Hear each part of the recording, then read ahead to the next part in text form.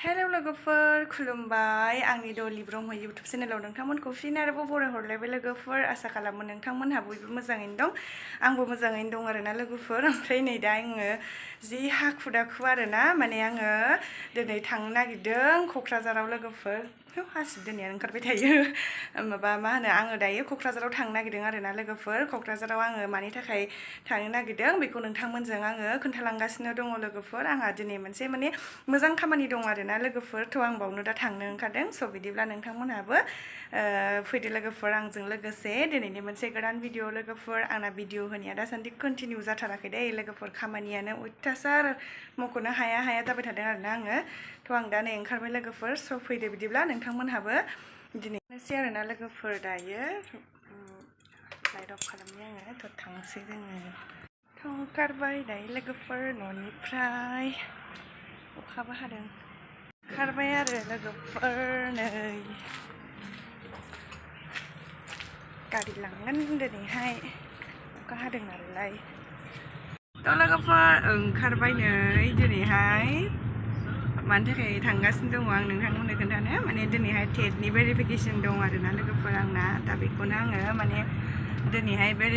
नायगोन नालाय भेरिफाइ खालायगोन नालाय थ' बेनि थाखायनो क'क्राझार थांगासिनो दङ लोगोफोर अखा हालायबाय आरोबाव अखा हादों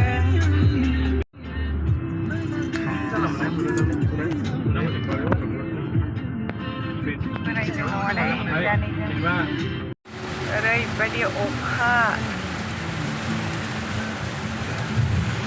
कारिगाव औ गेट जासिगोन गेट गोदान जासिगोन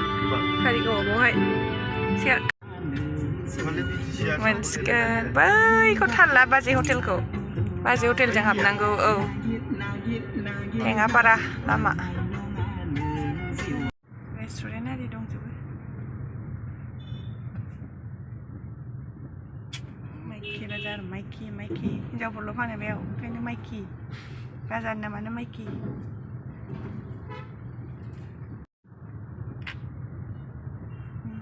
एसे मोनसिगोन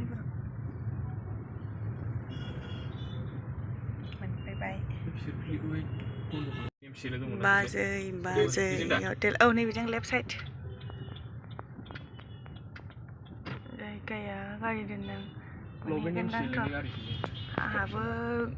क'क्राझार बिएडआव फैफेराखै थांनोसैल' डाइरेक्ट माबाथ' नुखागोनखा फैफेराखैना क'क्राझार बिएडआवहाय ओंखायनो ओरैसो थांबावनोसैमोन जोङो नैबेजोंसोनो बिथिं जानो हागौ सिदाल' थांबाय था होनखादोंमोन होननायाथ' फैफेराबा बयबो कनफिउस जायो एफा लामा फार्स्ट टाइम फैनाय खोथा क'क्राझार बिएडआवहाय माने फैफेराखैमोन नालाय लोगोफोर ओंखायनो लामाखौ एसे कनफिउस जाफैदों फैयै बारा गोथौबो नंखायानो जायगाया औ थाल लानांसिगोन गारि बेयावनो जानो हागौ गेटखौल' थाल लादो आं हाबनोसै लालाय राइट लालाय लेफ्ट लालाय बेनो जागोन सान्दुंसो जा दुंफैबावबाय दा बेनो टिचार इडुकेसनानो बिएडनि औ टिचार इडुकेसन बिदिसो लिरखायो ओरैबायदि भिरखा आयौ साख्रि नागिरग्राफ्रा लोगोफोर नै दासो सफैबाय अयथासार भिर आं ओंखारनोसै साइड खालायनानै दोनदो नै लोगोफोर आयौ ग्लासआ आंना फैबाय लोगोफोर हाबग्रोनानै लानोसै बोरैथाय न' आइडियाखा आरोना नायहैनोसै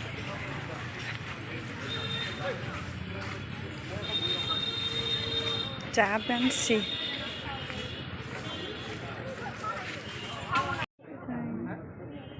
आंनिया टेबोल नं 6 जासिगोन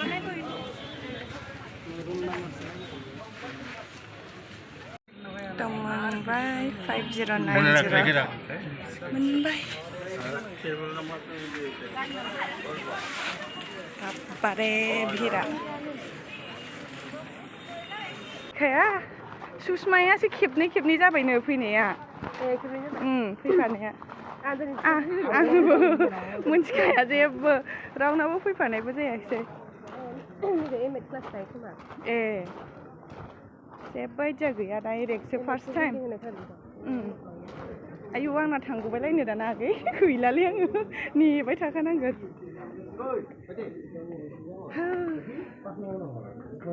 सोंनि फै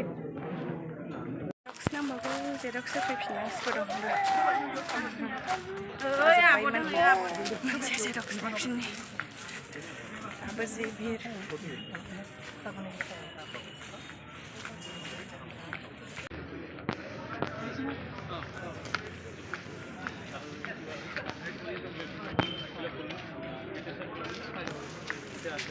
जेरक्स लायफिननांदोंमोन आरोना लोगोफोर जोब्बायमोन नङाबा दहायनो फैफिन नागिरदों जोब्बाय मानसि खम जाबाय आयदा जि गरम लोगोफोर जोब्बाय आरोना फाइनालि होनानै फैबाय सिङावथ' भिडिअ लानो मोना नालाय आङो भिडिअखौ सिङाव खालामाखिसै आरोना लोगोफोर ओमफ्राय माने दसे ओरैबायदि आंना रल नाम्बारा थांग'लायनानै माने दसे एकदम माबा रायलायनाय मानाय खामानि जादोंमोन आरोना लोगोफोर ओमफ्राय आङो सिङाव भिडिअ लायाखिसै आरो लानोबो एलाव गैखाया बेबायदि ओमफ्राय दायो होखां माखांनो नै दा न'आव थांनो थाखाय गारि गाखोफिनबाय ओमफ्राय बैयाव एसे जाग्रा जालांसै खोमान्दां सानदों थ' न'आव थांफिननो गोरोनोसै लोगोफोर ओरैबायदि मानसि आयौ साख्रिखौबा मोनगोन ना मोनाथाय नोंथांमोनहा आंनि थाखाय प्रे खालामदो लोगोफोर साख्रि मोननो हानायनि होननानै मा होनदोंमोन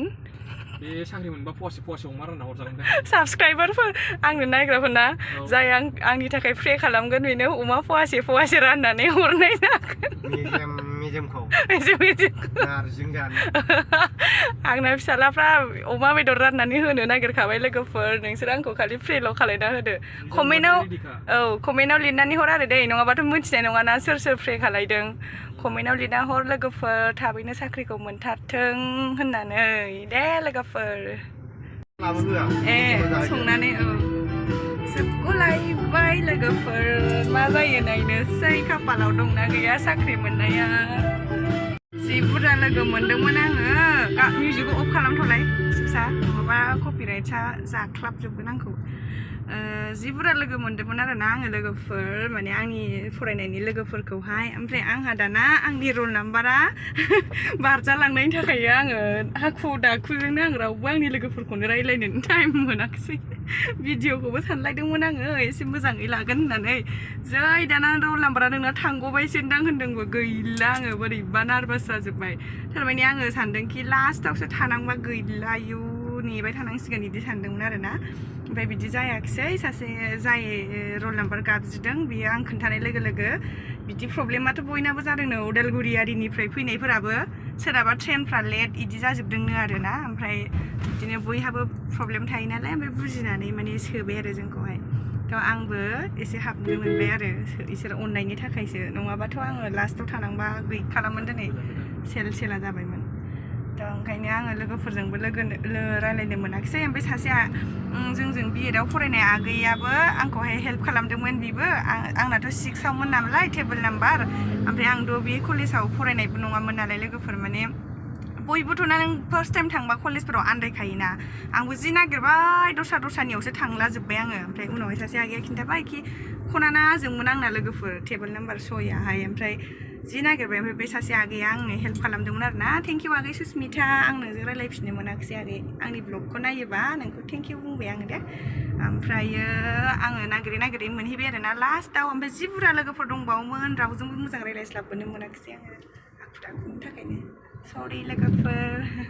आंखौ रायलायाखै सानसिगोन माखासे लोगोफोरा जे बुस्थु लोंनो नागिरदों बेवहाय लोगोफोर खिन्थागासिनो नोंथांमोननो नारेंखल बिदै लोंनो नागिरदों जों लोगोफोर बायदो नारेंखल लागिसै नैखौ दाब लोंनो नागिरदों आरोना माथो किमान जरा एकटाय 70 टाका ना किबा नारिकल আছে ও দুটা লৈ যা খাব लोंनानै थांसै दा औ मोनथाम लोंनो हागोन मोननैयानो थोगोनदां गिलास हब प्लास्टिকৰ गिलास हब ना दुटा दे हा এনে যাও दाना ओमफ्रायो माबा मोदोमबो थागोन जाहैदों मोदोमबो थागोननो आरो न'आव लांनानै दानफ्लंहैनोसै नामा गिलासाव लखबहैनोसै ओमफ्राय गोरलै थायोना बिदिबासो औ बिदि आरो गोदै बोरैबा जायो मोदोम थानाया फसायासै लोगोफोर नारेंखलखौनो जै मोदोम थाफाबाथाय मालाय मोदोमावसो थांजोबो ना बिनि माबा टेस्टआनो टेस्टलेससो जायो बेयो ओमफ्राय गोरलैयाथ' मोजां जायो फसायाखिसै नारेंखलखौनो मोनसे दखाना बन्द'सो मालाय ओंखायनो लोङाखिसै आरोना मोजां मोनैनि थाखाय मोनफैफिनलायलायबाय आरोना लोगोफोर काजलगाव जोंरा मा जोंनियाव बांसिन दासान्दि अखा हाथारो काजलगाव मा एसे जाग्रा जानोसै थांबाबो अमा बेदर मोनजाहैखासिगोन आरो आइसक्रिमसो लाबाय फिरफिलियाव फुसखा बावायु हालाहां आंनाव सोंबाय थादोंमोन बे सेकेन्ड फिरफिलियावहाय मालाय फुसखाखौ खानानै लाबाय एबार आरामसे सालायनानैल' लांदो आरो जाम्बाखा